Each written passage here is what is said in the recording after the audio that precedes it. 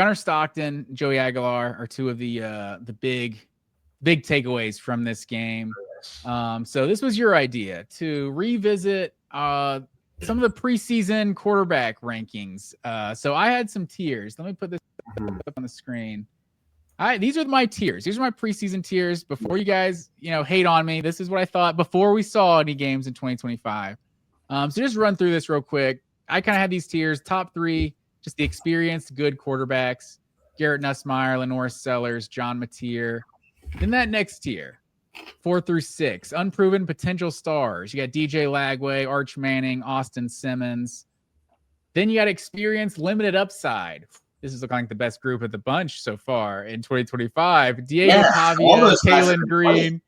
Yeah, Diego Pavia, Taylon Green, and Marcel Reed. And then the brand new starters at 10, 11, 12, Gunner Stockton, Ty Simpson, Bo Pribula, I should say. Is it Pribula or Pribula? I thought it was Pribula. That's how I've heard it. I say it wrong every time. This year, and I need to get on that because they've looked pretty good from what I have seen.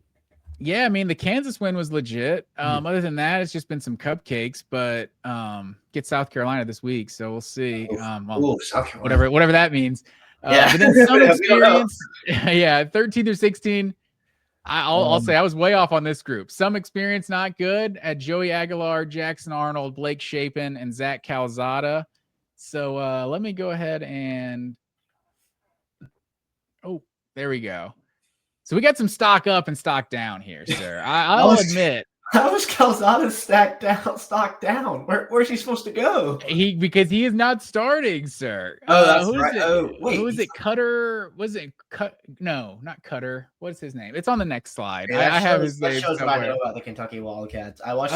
It's like Cutter Boley or something. That is his name, right? Cutter. It's Cutter. Yeah, Cutter Boley. Yeah, Cutter Boley. Okay, yeah. And so if you notice the stocks here, a decision has not been made. But if you look at number 6 as well, Austin Simmons crossed him out, man. I know, man. That dude, Trinidad Chambliss. I don't know what 300 yards. You have like 100 yards rushing. Also, like that dude was balling. It is Arkansas. They play a lot of offense, not a lot of defense. So we'll see. But I mean, Austin Simmons hadn't looked good through the first couple weeks, and I'm thinking that dude's taking over.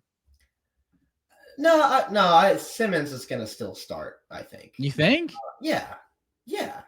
I mean, what has he proven at this point, though? If that dude's better, like you shouldn't lose your job to an injury like that.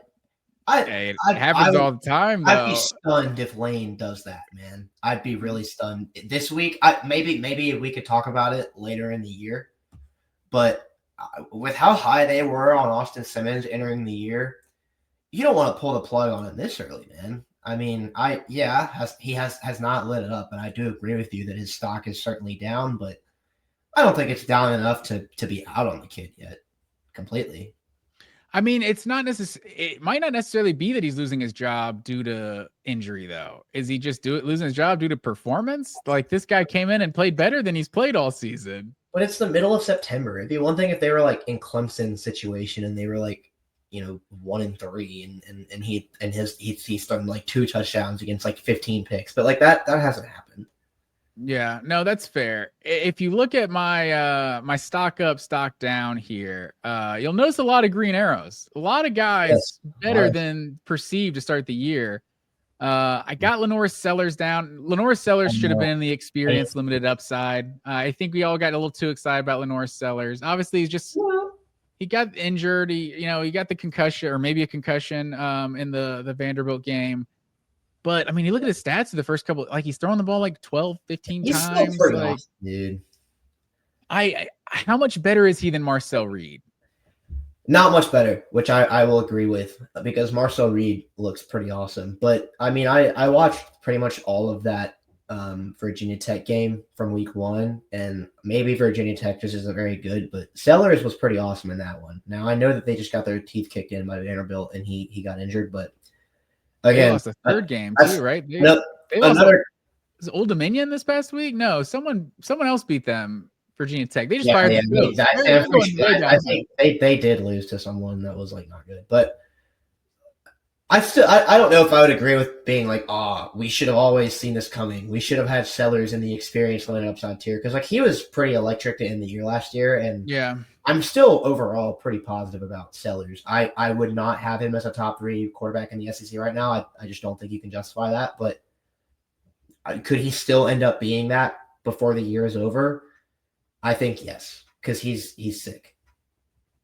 Yeah, I mean, I think that's fair. I think I kind of said it when we were getting close. I guess maybe more hedging my bet, but I kind of said it when we got closer to the season that I just didn't feel confident with him in like the top group. It's almost like South Carolina in general. It's like I don't trust them in the top group. They're the team that has to be a dark horse. Like they have to be a team people are sleeping on. And then I was like, oh, turns out this team's pretty good. Like they can't be the team that gets hyped from the jump.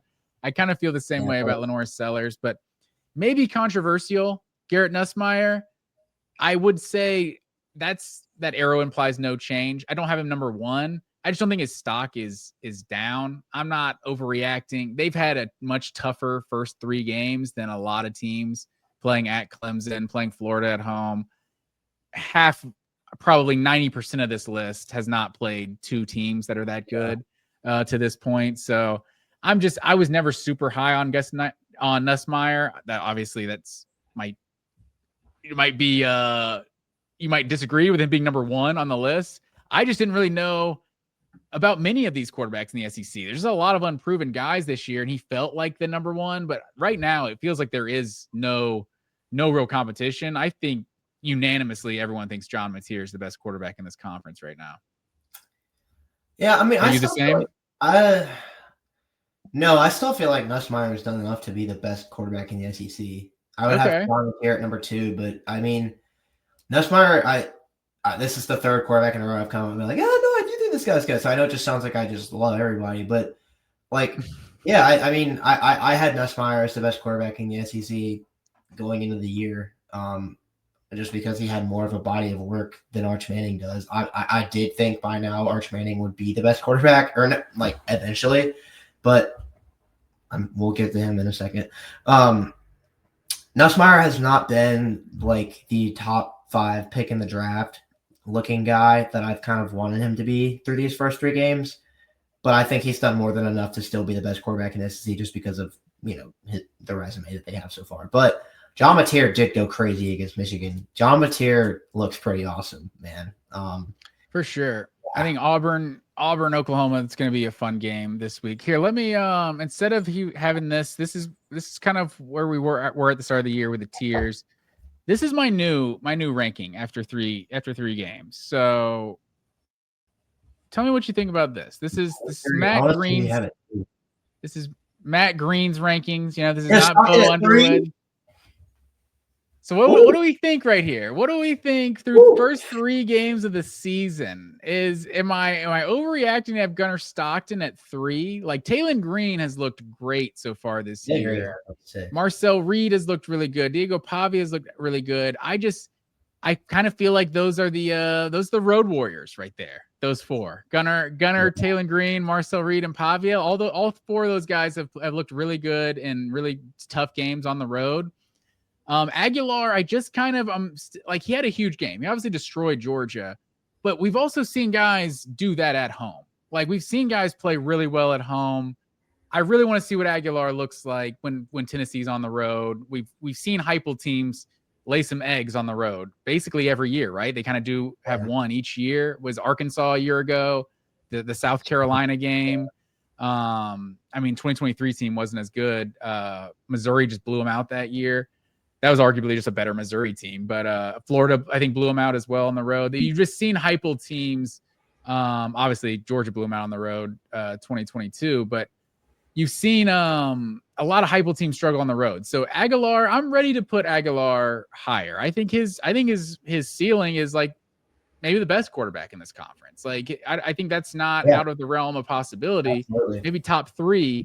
But I think to this point, we saw Nico put up 65 against Kent State a year ago. So Tennessee put up 70 against East Tennessee State isn't going to do anything to sway me. But balled out on Georgia, so I got him in the top half. And then Ty Simpson, we're going to learn a lot more about Ty Simpson. I think maybe if Ty Simpson abuses Georgia, maybe we're learning more about Georgia's defense than Aguilar or Ty Simpson. But I with how good he's looked through the first, I wasn't sure about Ty Simpson because with their schedule to this point, but I felt like maybe he rounds out that top half.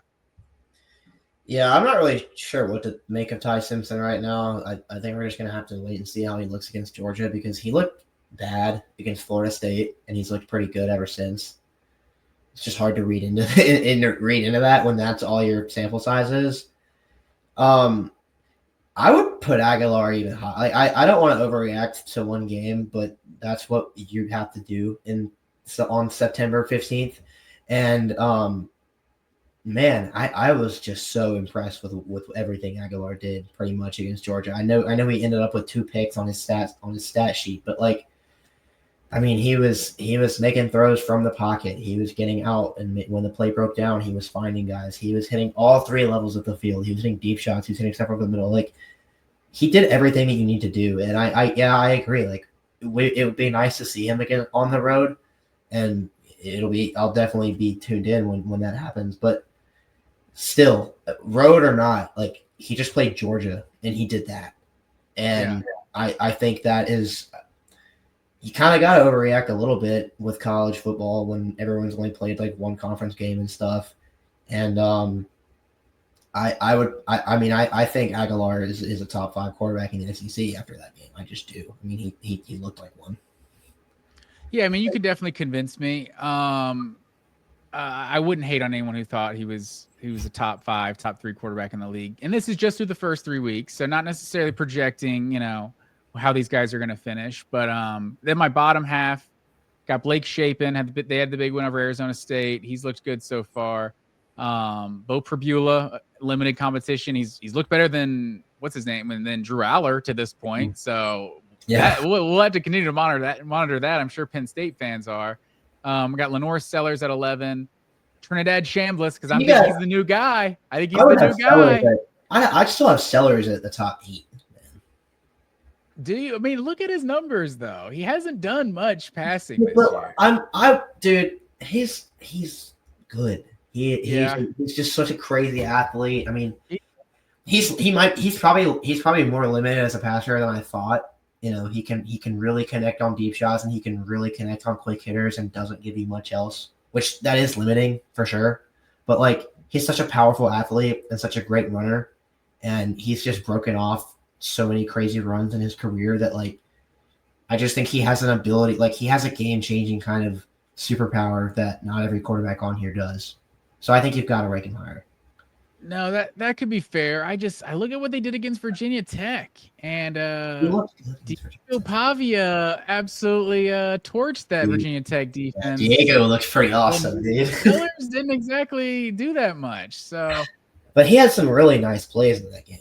Yeah. Overall, I watched that game and I came away from it being yeah, that was a good Sellers game. Yeah. No, he can definitely work his way back up this list. And then probably the most provocative part of this whole list, down at 13 and 14, we got Arch Manning and DJ Lagway, sir. Arch has looked so mediocre, and then Jackson Arnold at 15 and Cutter Boley at 16. But Arch has looked so mediocre, but at least he's not turning the ball over like DJ Lagway. I feel like I trust Lagway as a prospect more than Arch to this point because I feel like Lagway has at least shown the tools. Arch hasn't even shown the tools in his limited time playing at this point. But, 5 interceptions. That last one, too, was just – I don't know what the hell he was doing on that. Lagway, I think, has – Arch is obviously the most disappointing player in college football from a national standpoint because of the hype that was put on him. Yeah. But I almost feel like Lagway has been more disappointing. Maybe it's because I just wasn't putting Arch at that level just yet. But Lagway, I'm kind of shocked. Maybe you saw the competition Arch was playing in high school, so I was kind of guys, let's wait and see. Lagway, you at least seen him shine a little bit in his freshman year. You saw the flashes. So I'm more disappointed with Lagway, I feel like. I agree, actually. I haven't thought about that, who's been more disappointing this year, but I think, I think it is more disappointing to see what Lagway has done this year than Manning, just because if you want to attack that just from a Georgia fan perspective, we saw both of those guys in very limited action against Georgia last year. Arch Manning came in, looked overwhelmed, didn't have a chance in hell, got subbed out. DJ Lagway was actually kind of cooking, and then he got injured. And then once he came out of the game, it was a completely different game. And, you and I are not Florida fans. It takes a lot for me to speak highly of a Florida player and really mean it. But, like, going into this year, I really thought Lagway was going to be a dude, and a lot of people did. I mean, that we were not alone in that. The national media, by and large, was like, they were preseason top 15 or kind of close to it, and the narrative was like, if DJ Lagway can stay healthy, there's no way Florida can't be a playoff team. Yeah. And, I mean, dude, like, losing to South Florida at home and then throwing 5 picks against LSU is just such a brutal 1-2 punch.